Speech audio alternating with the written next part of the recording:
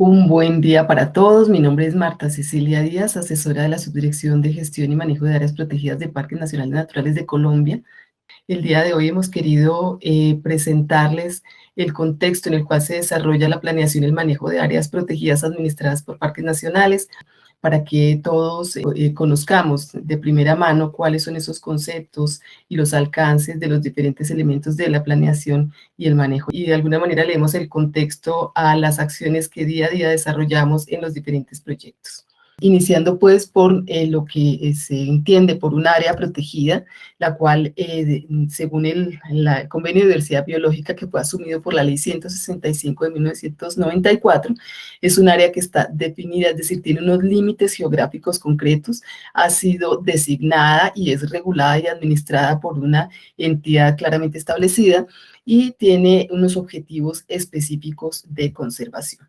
Este tema de áreas protegidas en Colombia surge desde la primera mitad del siglo XX, cuando el gobierno establece unas áreas estratégicas en términos de protección de recurso hídrico y protección de bosques. Ha tenido pues su desarrollo, como lo vemos en pantalla, a través de diferentes normatividades que han venido incluyendo el tema de comunidades étnicas, indígenas, afrodescendientes, rom y raizales. También ha venido trabajando e incluyendo paulatinamente el actor campesino en el manejo de las áreas protegidas. Ya en este año se adoptó el COMPES SINAP 4050, que establece cuál va a ser esa línea de acción de las áreas protegidas a 2030 en Colombia.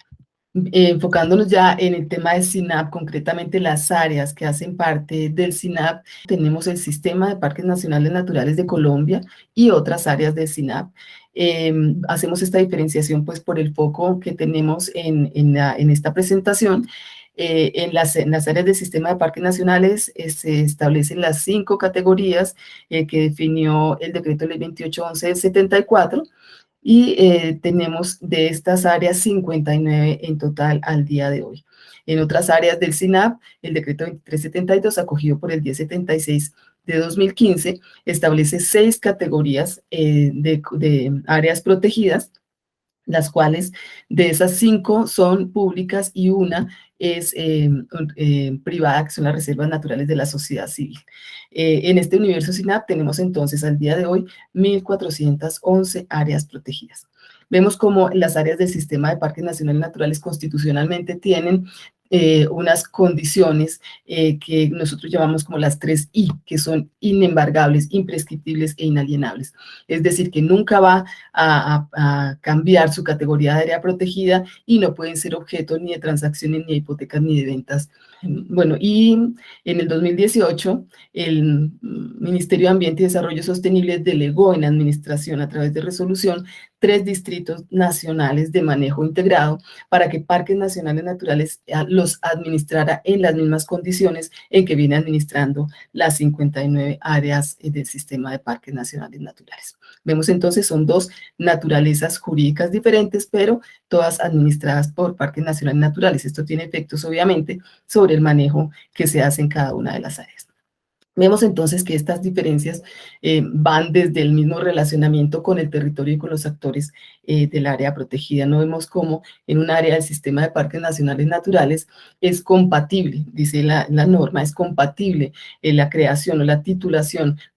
colectiva, que significa un resguardo indígena o el territorio de uso indígena, con un área del Sistema de Parques Nacionales Naturales. No así el territorio colectivo de comunidades negras, que según la Ley 70 pueden ser colindantes con las áreas protegidas del Sistema de Parques. Sin embargo, para efectos del manejo, tanto el territorio de uso indígena como el territorio de comunidades negras es objeto del análisis y incluso de construcción conjunta frente a los instrumentos de planeación de las áreas. También puede haber propiedad privada con título anterior a la declaratoria o un uso cuyo uso puede ser restringido a la zonificación del manejo del área. Ya en la ley 1955 establece como el campesino vulnerable que se encuentra en las áreas es objeto de acuerdos para establecer allí el manejo y las actividades que se pueden desarrollar que sean compatibles pues con la naturaleza y los objetivos del área protegida. En los distritos nacionales de manejo integrado no hay estas restricciones, puede haber resguardos indígenas y también puede haber territorio colectivo de comunidades negras, propiedad privada y, por supuesto, territorio de uso campesino con o sin título. En los ámbitos jurídicos de la visión regional es importante que tengamos en cuenta que el área protegida tiene unos límites y esos límites, pues, por supuesto, son la competencia de parques nacionales como autoridad ambiental. Alrededor de ella puede haber una zona que puede ser zona amortiguadora o una zona que cumple una función amortiguadora o simplemente pues una zona en donde se desarrollan unos proyectos que fortalecen esa función amortiguadora. Todo esto pues en el marco de un territorio adyacente o un área de influencia que en el marco del ordenamiento pues se tiene que compatibilizar con la función del área protegida en el territorio y con las dinámicas que desde el territorio están impactando el área protegida. Vemos entonces que esta zona adyacente o aledaña puede ser una zona amortiguadora cuando la ha determinado, delimitado y declarado el Ministerio de Ambiente y Desarrollo Sostenible. De esta zona amortiguadora, en el momento, en las áreas del sistema de parques solamente tenemos dos, que son Old Providence, McBean Lagoon y Gorgona, pero puede ser una zona que esté cumpliendo simplemente una función amortiguadora, que es la que establece el decreto 2372 de 2010 en el marco del ordenamiento territorial. Puede desarrollarse a través de la implementación de proyectos que fortalezcan este enfoque de la función amortiguadora, pero no necesariamente está relacionada con una zona delimitada, ¿no? Cuando ya si está relacionada con un área geográfica, puede llamarse como una zona con función amortiguadora y esto depende del nivel de relacionamiento que se tenga con los municipios, con las corporaciones y con las comunidades para poder delimitar esta zona. Incluso en algunas áreas se ha delimitado e incluso se ha llegado a zonificar y ya se ha incluido en los instrumentos de ordenamiento territorial de aquella región en donde se está definiendo. Esto, bueno, ya en el tema de la planeación, es importante que veamos que a través también de lo que establece el 2372,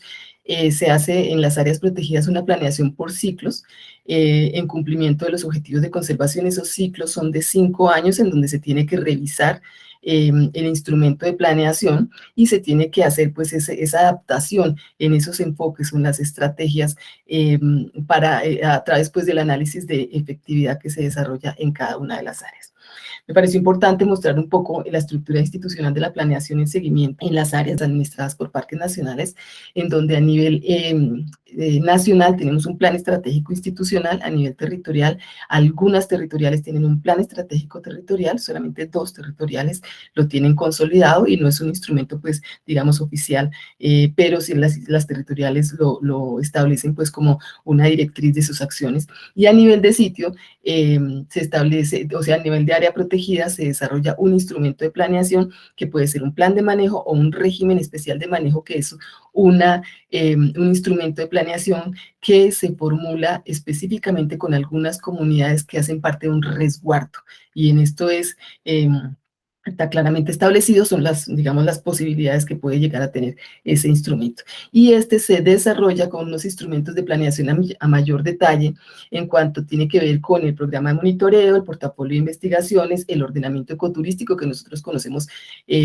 particularmente como el plan de ordenamiento ecoturístico. También avanzamos en ordenamiento de recurso hídrico e hidrobiológico, se trabaja en programas de restauración en algunas áreas, se desarrolla un protocolo de prevención, vigilancia y control, todas las áreas lo desarrollan. Todas las áreas también desarrollan un plan de emergencia y contingencia y algunas áreas también avanzan en consolidar programas de educación y comunicación. A nivel ya de instrumentos de seguimiento y evaluación, a nivel de sistema, se desarrolla un análisis de efectividad de manejo de sistemas, se hizo uno en 2010 y en este momento,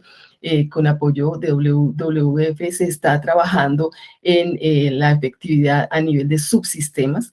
Ya a nivel de seguimiento de lo que es el plan de estratégico institucional y el plan de acción anual, se desarrolla ese seguimiento por dependencias y se hace un monitoreo de valores objeto de conservación del sistema que se han definido pues para todo el país.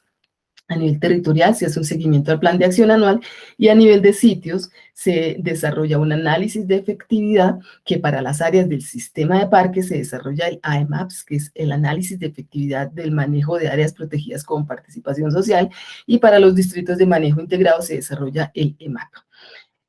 Se hace también un análisis de impacto a los objetivos de conservación a través del resultado de monitoreo, monitoreo tanto a valores objeto como a las dinámicas, las presiones y las estrategias, y se hace un seguimiento al plan de acción anual. En el desarrollo pues, de todo este marco conceptual se ha visto cómo el manejo se hace en 3 dimensiones. El esquema conceptual, que es esa foto, digamos, en donde están todas esa representación gráfica de elementos que interactúan en el manejo del área protegida, ¿cierto? Un enfoque ya en otra dimensión, un enfoque de ese proceso adaptativo de lo que sucede desde el momento en que se adopta el plan de manejo hasta el siguiente ciclo de 5 años, y ya la otra dimensión en lo que tiene que ver en la ruta de formulación del plan de manejo. En ese primer esquema conceptual que decimos que es esa foto de todos esos elementos que tienen que ver con el manejo del área protegida, vemos cómo el área protegida tiene su foco de gestión en los objetivos de conservación o razón de ser, y alrededor de ellos, pues la gestión se centra en esos valores objeto de conservación, de esas prioridades integrales, elementos culturales, de biodiversidad y de servicios ecosistémicos. Todo esto pues en el marco de una zona adyacente que puede tener una función amortiguadora o ser una zona con función amortiguadora o una zona amortiguadora, como ya lo vimos atrás, y todo esto en el marco de una región que es un paisaje o un territorio, ¿no? Todo esto pues trasciende o es transversalizado por un marco normativo con diferencias tanto si se está dentro del área protegida, si se está cumpliendo una función amortiguadora o en el marco del ordenamiento. Y está transversalizado también por un tema de gobernanza a partir del manejo diferenciado con comunidades locales. Esto implica pues obviamente unos modelos diferenciados de gestión si yo estoy tratando con unas comunidades étnicas o con unas comunidades campesinas o con otros actores interesados en el territorio. Todo también enfocado a fomentar la fortaleza de la integridad del área protegida y la resiliencia del área protegida y del territorio en el cual se encuentra el área protegida a través de la gestión y adaptación a condiciones de cambio. Esto todo pues se hace a partir ya de una planeación y ejecución de acciones y a un seguimiento con los elementos pues que vimos anteriormente, y se desarrolla a través de un proceso adaptativo de las mismas temáticas que se desarrollan o que apoyan todo ese manejo, en el que en el área protegida tenemos unas actividades reguladas que pueden ser acordadas con los diferentes actores en el territorio. Se hacen acciones de restauración dentro y fuera del área protegida, lo mismo que acciones de investigación, monitoreo, evaluación, educación, vigilancia y control y sistemas sostenibles para la conservación.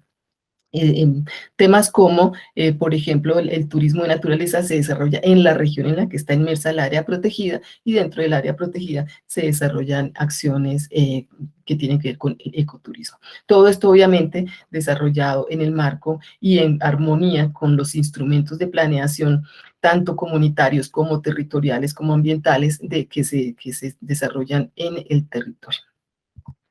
La segunda dimensión, que es ese proceso adaptativo del manejo que veíamos desde el momento en que se formula el plan de manejo,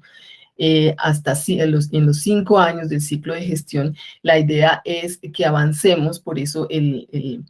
el esquema en forma de espiral, porque vamos aprendiendo, vamos consolidando, vamos fomentando todas esas instancias y mecanismos de coordinación y participación, y vamos implementando los ajustes que se deriven de los resultados del monitoreo y la investigación.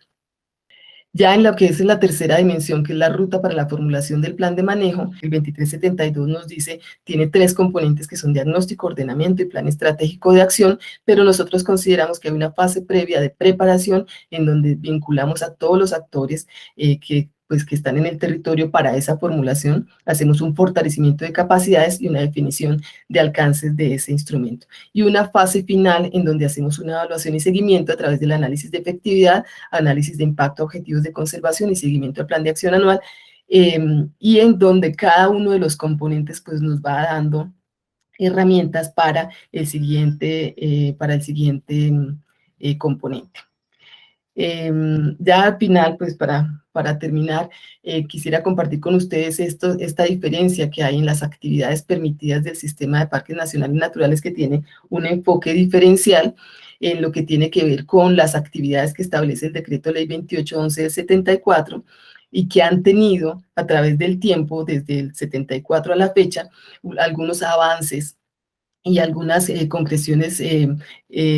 conceptuales, que nos permite ver cómo lo que se entendía en el